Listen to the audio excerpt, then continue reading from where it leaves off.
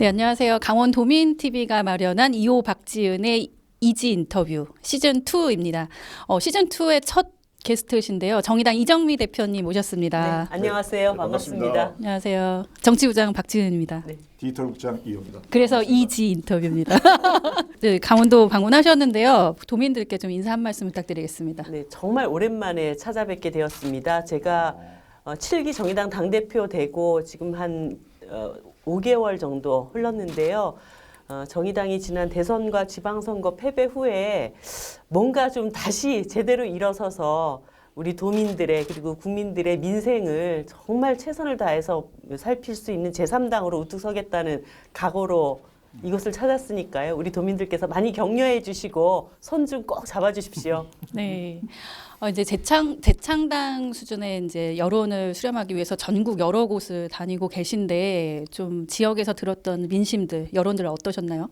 두 정당만 가지고 대한민국이 균형적으로 발전하기는 굉장히 어렵다. 그동안 너무 적대적인 대결 정치에 국민들의 피로감이 굉장히 더한데 정의당이 제3당답게 그 안에서 중심을 잘 잡고 자기 목소리를 좀 뚜렷이 내야 되는 것 아니냐.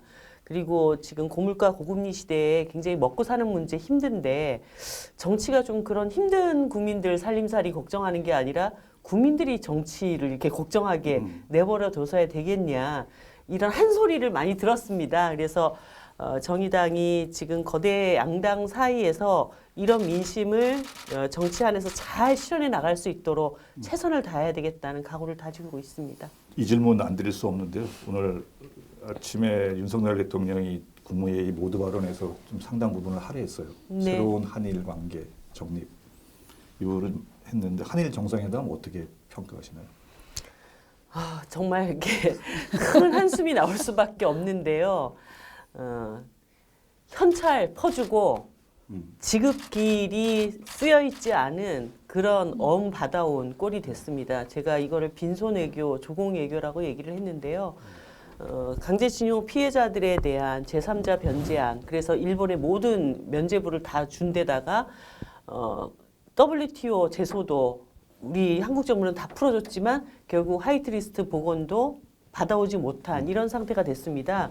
일본 정부는 사실 국익을 챙길 대로 다 챙겼고 또 일본 국민들한테도 차기 지금 뭐 지방선거를 앞두고 자기 지지를 쌓아나가기 위한 모든 실익들은 다 걷어들였는데 우리나라 대통령은 밖에 나가서 외교 관계 안에서도 뺨 맞고 국민들한테도 뺨 맞는 이런 상태가 된 것이거든요. 도대체 이런 식의 외교 과정에 대해서 성과가 있었다. 미래지향적인 한일 관계를 만들었다. 일본에게 있어서는 미래지향성이 보였을지 모르겠지만 한국 국민들한테는 정말 이 자존심을 완전히 망가뜨린 회담이었고 또 경제적으로도 군사적으로도 역사적으로도 이 모든 부분에 있어서 정말 어떤 것도 성취해온 것이 없는 그런 회담이었다라고 평가할 수밖에 없습니다. 그런 걸 좀 의식해서 그런지 모르겠는데 윤 대통령이 이제 그 말도 했어요. 반일로 정치적 이익을 보는 세력들이 있다라고 해서 우회적으로 야당을 좀 겨냥했는데 네. 이 부분에 대해서는 어떻게? 지금 대한민국 국민들이 반일 감정에 사로잡힌 국민들은 없다고 봅니다. 이웃 나라고 일본의 많은 국민들도 한국의 K-팝, K-문화에 대해서 굉장히 좋아하고 또 한국 국민들도 상당히 많은 사람들이 일본 문화를 즐기기 위해서 관광을 하고 어디 뭐 일본 국민과 한국 국민들 사이에서 서로 적대적 감정을 가지고 으르렁대고 있겠어요. 오히려 정치권 안에서 과거사에 대해서 정확하게 잘 짚고 넘어가서 그 미래로 한 발 더 나가기 위한 어떤 노력을 보여줘야 되고 또 외교라는 것은 그런 것 아닙니까? 두 나라의 국익에 공통점을 찾아서 보통 이것은 이제 49대 51이라고 얘기를 하는데 그 일방적인 외교라는 것은 없습니다. 한쪽을 원사이드하게 짓누르는 그런 외교라는 것은 없거든요. 그거는 거의 굴욕이죠. 그런 점에서 일본 정부가 우리가 그 한일 정상회담 하기도 전에 완승이다 이런 표현을 했다든가 그 다음에 정상회담 끝나고 난 다음에 회담 의제도 아니었던 위안부 문제라든가 독도 문제라든가 이런 것들을 괜히 건드리는 어떤 추후적인 제스처 그리고 후쿠시마 핵 오염수 방류를 막아야 되는 판인데 거기 있는 수산물을 이제 수입 규제를 풀어라라고 하는 또 무리한 요구까지 받아들여야 되는. 그러니까 한 번 그렇게 원사이드하게 굽히고 났더니 계속 일방적으로 끌려가는 그런 회담 과정 그리고 후속 과정이 되어 있는 것입니다. 그러니까 결과적으로는 대통령이 잘못 결단하고 회담을 잘못 풀어나갔던 그 모든 후과를 마치 국민들이 뭘 잘 몰라가지고 얘기하는 것처럼 그렇게 해서 반일 감정에 사로잡혀 있는 정치인인 것처럼 이렇게 몰아가는 거는 정말 비겁하다는 생각이 들었습니다. 대통령의 그런 말씀으로서는 하기에 비겁한 말씀이시지 않나. 민주당의 박홍근 원내대표가 국정조사 카드를 제시했어요. 네. 일단 적극 검토하겠다는 수준인데 이 부분 어떻게 봐야 될까요? 저는 일단은 이번에 회담 과정을 진두지휘했던 외교 라인 전체 다 문책해야 된다고 일단 봅니다. 그 대통령의 이 독단에 가까운 결단도 참 문제지만 그런 것들을 잘 좋은 방향으로 보좌하라고 그분들이 나라에 엄청난 세금을 받고 월급을 받는 분들입니다. 그런데 이렇게 외교 파탄을 그냥 방치해 두거나 잘못된 결정을 했던 외교 라인 전체 문책을 일단 지시해야 된다고 보고요. 그 부분 이후에 뭐 국정조사도 저는 충분히 검토할 내용들이 있다고 봅니다. 주 69시간 근로제 이 부분에 대해서 뭐 대통령은 일단 후퇴를 좀 했어요. 국민들의 이 노동 시간을 정하는 문제 이렇게 중요한 정책이 마치 정부 안에서 호떡 뒤집듯이 호떡 정책이 돼가지고 국민들이 도대체 저 뭐 어느 장단에다 춤을 춰야 되나 이런 이야기를 하고 있습니다. 그리고 심지어는 대통령의 어떤 지시가 바뀐 과정을 정부 관계자가 개인 의견이다. 대통령의 의견이 어떻게 개인 의견입니까?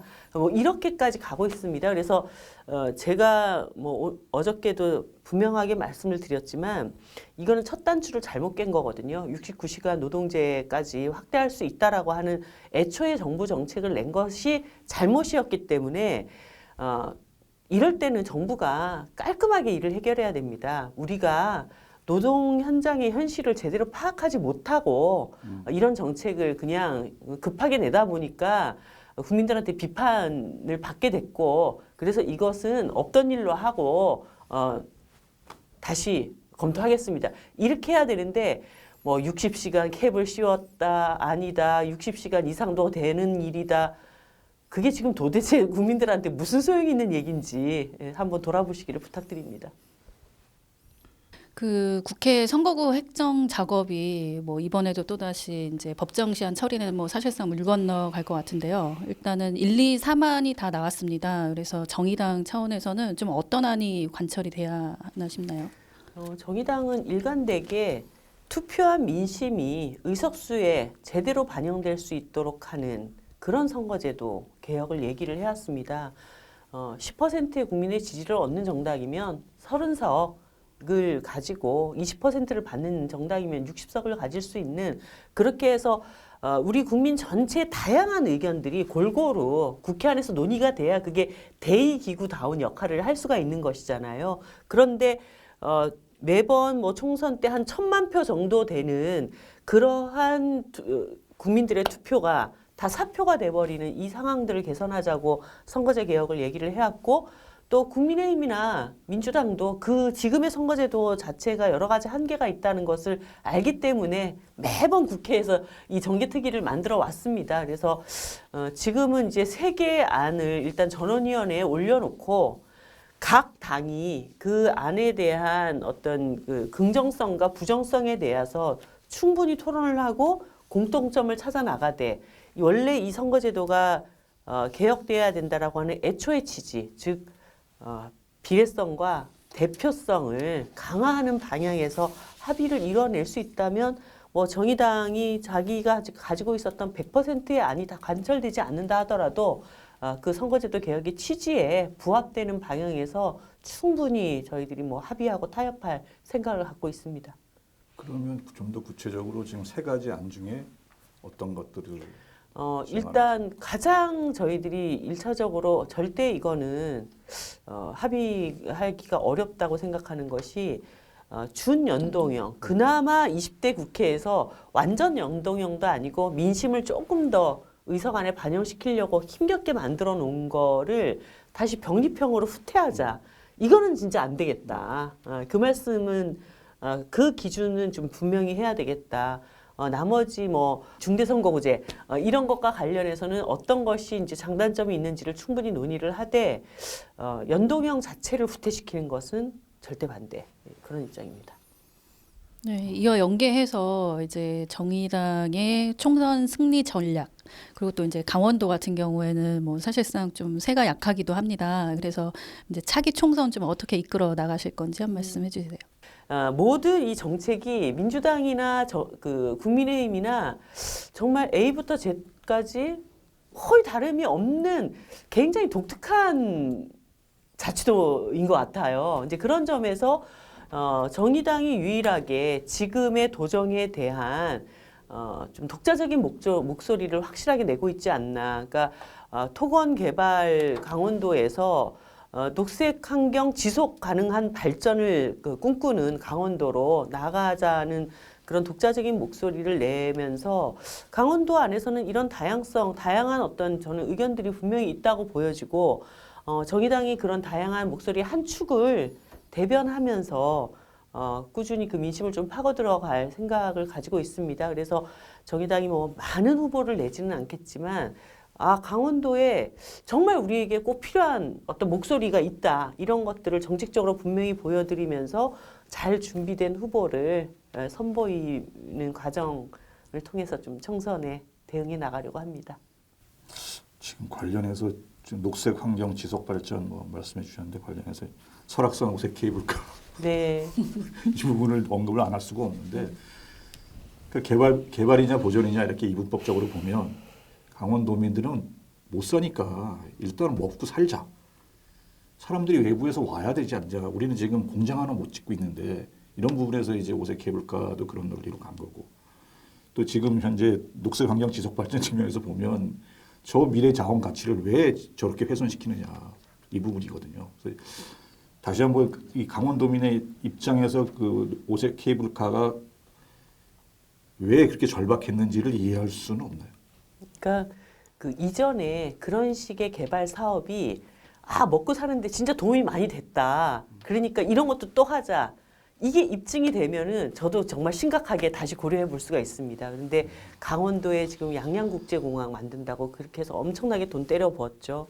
그다음에 뭐 평창 그 동계올림픽 한다고 거기 다 파헤쳐가지고 경기장 짓고 뭐 알펜시아 뭐 이런 거 다 짓고 해가지고 돈 때려 부었죠. 그렇게 이제 많은 자원들, 많은 우리 도민들의 예산을 부었는데 왜 자꾸 청년들은 강원도를 떠날까요? 그렇게 되면 당연히 일자리가 더 많아져가지고 오히려 외부에서 안으로 유입이 되는 일들이 벌어져야 되는데 왜 그 개발 사업은 일자리를 창출하지 못하고 계속 예산이 그냥 몇몇의 토건 개발업자들에게만 독식되는 이런 결과를 낳았는가 이 말씀을 드리고 싶습니다. 그러니까 예를 들어서 강원도의 가장 큰 자원들, 강원도의 사람들이 먹고 살 수 있는 가장 큰 자원은 천혜의 자연 환경입니다. 이 천혜의 자연 환경을 어떻게 잘 발전시켜서 사람들이 강원도를 찾게 만들고 그 찾게 만드는 사람들에게 여러 가지 그 편의를 제공하면서 강원도에 일자리도 만들고 먹거리를 만들어 나갈 것인지 이런 것들을 고민을 해야 되는데 예를 들어서 맹목 수영장 같은 경우 거기 그 굉장히 좋은 뭐 BTS가 거기에서 앨범 찍고 막 이랬던데요. 근데 거기 지금 화력 발전소 지어가지고 석탄 실어 나가야 되기 때문에 항만 만들고 이래서 그 해수욕장이 지금 다 망가지고 있습니다. 저는 그 설악산 케이블카도 마찬가지라고 보는데 지금 당장 한두 번은 좋겠지만 그렇게 해서 사람들이 엄청나게 떼를 지어서 올라가고 설악산이 망가져. 그러면 그 설악산의 매력을 잃게 되면 과연 그 관광자원이 계속적으로 유입될 수 있을 것인가 이런 부분들도 잘 살펴봐야 된다. 그래서 오히려 저는 16년도부터 한 4년 동안 20대 국회에서 이 문제에 대한 해법들을 굉장히 많이 고민하고 대안을 좀 제출을 했습니다. 그 정도의 돈이면은 오히려 이제 백두대간의 생태 환경을 중심으로 하는 어떤 관광축들을 개발을 하고 요즘은 사람들이 이게 뭐라고 해야 돼? 정말 자연적인 것을 찾고 즐기려고 하는 마음들이 많이 있기 때문에 그러한 어떤 활동들을 유입시켜 나갈 수 있는 그런 발전 방안들 이런 것을 모색하는 것이 좋다 이런 말씀 드렸고요. 네, 그 강원도가 이제 6월에 강원 특별자치도로 이제 출범을 합니다. 그래서 일단은 그 특별자치도의 비전이 미래 산업 글로벌 도시로 이렇게 맞춰졌는데요. 이제 정의당이 이제 지향하는 강원 특별자치도의 비전에 대해서 좀 말씀해 주신다면요. 그러니까 세종특별자치도는 세종 어떤 행정 자치도의 어떤 특성을 잘 살려서 가야 되는 것처럼 그럼 강원도의 특성은 뭐냐? 그러니까 모든 시도 단위가 다 산업을 발전시키자라고 얘기를 하면은 여기를 특별히 자치도라고 할 이유가 없습니다. 강원도는 이제 분단되어 있는 도이기 때문에 평화의 가치, 그 다음에 바다와 산이 있는 천혜의 자연 환경을 품은 곳이기 때문에 녹색의 가치, 이 평화 녹색의 가치가 정확하게 특별자치도를 구성하는 기본 가치로 자리매김해야 된다고 봅니다. 근데 그게 없다 보니까 오히려 이 도가 가지고 있는 가장 큰 자산을 다 규제 풀어가지고 마음대로 해쳐도 파헤쳐도 된다는 식으로 이제 특별법이 추진된다고 한다면 정의당은 그거를 좀 받아들이기는 어렵다. 특히나 지금 도지사에게 모든 그 권한들, 규제를 풀 수 있는 모든 권한들이 집중되면서 이걸 견제할 장치를 잃어버리게 된다면 뭐 도지사 입맛대로 특별자치도가 운영되어 버리는 것 아닙니까? 정의당에 국민의힘 이중대다, 민주당 이중대다. 정치적 사안 건건마다 결정하는데 이중대 프레임이 계속 씌워지는데 특히나 이제 최근에는 민주당 이제 극성 지지층에 의해서 또 그런 얘기가 또 나오고 그러는데 이 부분에 대해서 재창당하고 연관지어서 이 부분을 어떻게 극복할 것인지 이게 재창당하고도 연관성이 있어 보이는데.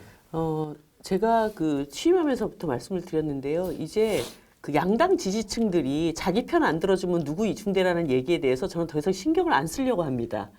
그러니까 뭐 각 당은 자기 당 편이 되어주기를 굉장히 원하겠죠. 하지만 정의당이 대변해야 될 사람들 편에 서서 결정하고 판단을 하는 것입니다. 그분들의 머릿속에는 이 그 대한민국 정치의 세계가 두 당밖에 없다라고 하는 걸 전제로 이중대 프레임을 짜는 것이기 때문에 정의당은 다당제의 세계관을 가지고 정치를 하는 정당이기 때문에 뭐 그런 말씀에 더 이상 신경 쓰지 않고 정의당이 국민이 진짜 바라는 그 눈높이에서 정의당의 기준과 입장을 가지고 정치를 해나가겠다 이런 말씀 드렸고 이제까지 있어왔던 그 수많은 국회 안에서의 보팅 과정도 뭐 그 판단에 의해서 한 것이지 누구한테 힘 실어주려고 그런 결정을 한 적은 단 한 번도 없습니다.